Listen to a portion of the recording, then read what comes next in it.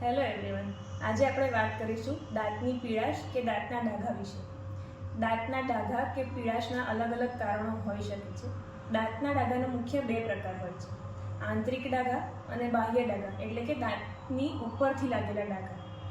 બાહ્ય ડાઘા પડવાના કારણોમાં દાંતની આજુબાજુ છારી જામવી, વધુ પડતું ચા કે કોફીનું સેવન, તમાકુ, સોપારી કે સ્મોકિંગનું વ્યસન વગેરેનો સમાવેશ થાય છે. ડેન્ટલ સ્કેલિંગ તથા પોલિશિંગ કરવાથી ઉપરથી પડેલા ડાઘને દૂર કરી શકાય છે.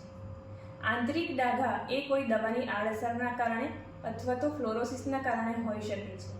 દાંતના આંતરિક ડાઘાને વ્હાઇટનિંગની ટ્રીટમેન્ટથી ઓછા કરી શકાય છે અથવા તો દાંત ઉપર વિનિયર લગાડીને દાંતનો દેખાવ સુધારી શકાય છે.